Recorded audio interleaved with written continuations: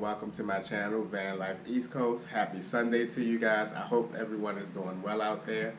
So guys, on my community page, I posted a Q&A. I asked you guys to ask me questions and I will do a Q&A video. It's been probably well over a year since I did a Q&A video, so I thought it would be fun to do one and see what type of questions I would get from you guys.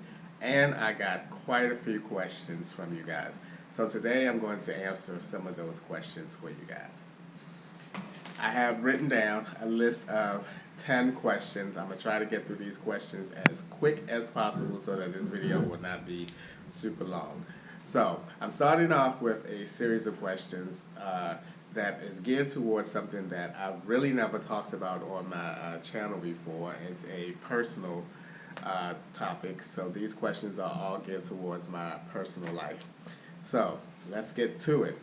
Question 1 is from the Velvet Lounge Life, who asks a slew of questions. Thank you, Velvet, for the questions. Appreciate it. And the first question is it hard for me to date? It's not hard for me to date. It's hard for me to find someone to date. Where do you find someone to date in the same sex? It's not like I walk out of my door. Men and women can, they can walk past probably 100 possibilities to flirt and meet someone and get to know someone. But it's not the same case for me. I don't walk out of my door and walk past 100 possibilities of same-sex opportunities. So for me, it's more like, where do I find someone to date? And that's the most challenging part for me. Alright, so the next question is also from the Velvet Lounge Life. Have you ever been in a long-term relationship? I have only actually been in one relationship, and it lasted just shy of a year. And the reason why that relationship ended was because I had never been in a relationship before. This was my first time entering into a relationship. The person that I was in a relationship with had way more experiences with being in relationships than I did, and they knew exactly where they wanted to be in life and in a relationship, and I was not ready to be that far, where they wanted to be. 3 months into the relationship, he gave me his house key. I had my own house at that time as well. And, I just wasn't ready for that type of progression at that time. And he felt as though I wasn't ready, and he was. So he decided that the relationship was no longer for him. I wasn't upset about it because I understood it. Because, I wasn't ready, and he was. So, he wanted to move on. And we are still the very best of friends today. Alright, what's your realistic dream man? Spill the tea. Well, you know how when you are younger, in your younger days, you have this whole list of what you want a person, this, that, and the other. But as you get older, that list kind of shrinks down some. Well, for me right now, my ideal person would be definitely someone who is just nice. I mean, just ooze niceness. I want someone that is easy to be around. I want to be around that person. That person enjoys being around me, and vice versa. I would like to have someone that definitely has to have a sense of humor. Because, I can be funny at times, and naturally funny. So I definitely would have to have someone that has a sense of humor. Definitely someone who has their stuff together, as I am trying to get my stuff together. I'm not in the business of taking care of people because I, for one, am a very independent person and don't look for no one to take care of me. I feel that's my responsibility to take care of myself.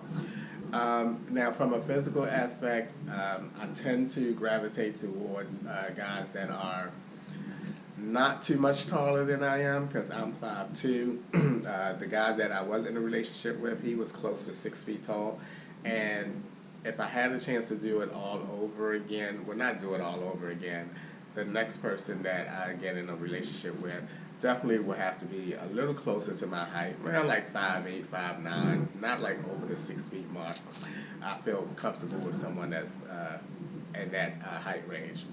Um, I also know and try not to be judgmental of people because I know that there are some things that I need to improve for myself. But I definitely do not feel comfortable dating someone that is much bigger than I am. I consider myself to be small and compact. You know, I'm short. I'm not stout or stocky, but you know, I'm compact. With a little tweaking, it can be a good compact. But so I tend to like people that are slim, um, not too much taller than me, you know. But the most important thing for me is a person's personality, that they are nice and I like and want to be around. All right, so moving on. This question is from Joy Route. What's up, Frankie? What if you find a beau and he wants you to move out of van life? Would I move out of van life? Um, Probably not. And it also would depend on where I am with my financial goal. I'm going to back into van life for a specific reason. And if I happen to meet someone along the way, but I'm not finished my goal, my financial goal, it's definitely not going to happen. What would be ideal for me right now, if I was to meet anybody at all, is to meet another person in van life. A person that, you know, lives in some type of vehicle, travels every now and then or whatever, or they can travel all the time, doesn't matter. But someone that shares that lifestyle would be pretty amazing, I think, for me to meet someone about that. Because then I can continue on with saving my money and then, you know, moving on where I want to be and getting where I want to be, both financially as well as work-wise and all the other little things and reasons why I'm actually moving into my car for. So, no, I would not do it. Like if a person had a house and say they want me to move into a house, I absolutely would not do that. I'm too independent for that, you know, so I wouldn't do that. All right. And plus, another thing on that note is that I'm a slow moving guy when I meet people. I'm not this type of guy that goes all goo goo gaga over someone when I meet them. I'm a very slow. I like to take my time and get to know someone. I think that is so important, and that is a step that so many people skip when they meet someone. They have a couple of long phone conversations, and they think that that's the one. And you know, I'm not that guy. You know, I takes my time. You know, it took it take probably it would take me almost a year before I would even, not even a year, probably not that long, but at least 6 months before I would even say or think that, okay, this could be somebody that I would be interested in a relationship. So I'm a slow moving guy. All right, this question also is from Velvet Lounge Life, and they ask, um, what does my mom think about my moving back into the car? Well, my mom actually was the last person that I did tell. And when I told her, I kind of went directly into the reasons why. And part of the reason that I listed to her was so that I can try to make my way back home and be closer to family and friends. And I think that was the selling point for her. But one thing I want to share with you guys about my mom is that my mom is a very quiet person. She doesn't say a lot about us in our lives. My siblings and I are grown people, way past grown. We're in our 40s, 50s. My oldest brother is 60. So it's not a whole lot that, you know, she can say about the decisions that we make in our lives and stuff. You know, she asks whatever questions she would like to ask. I answer them. She basically, after I finish explaining to her and let her say something edgewise, she just asked me why am I doing it in the winter time, you know? And I again explained to her the pros and cons of starting off in the wintertime versus the summertime, and you know, she kind of understood.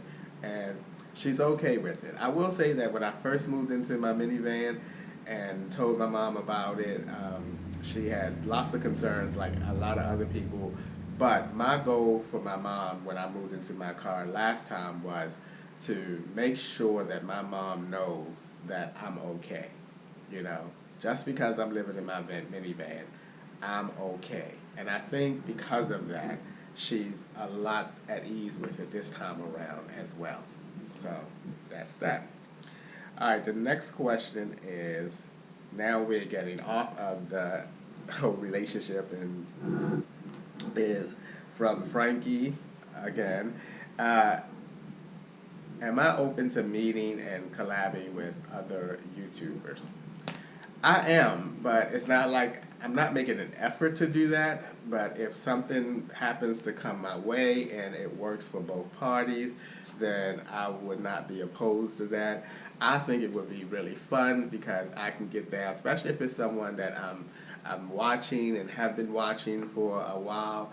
I think it will be a blast because they will get to experience my personality in person, live, which is going to be full of laughter and just it's just going to be a blast. So I think it would be great.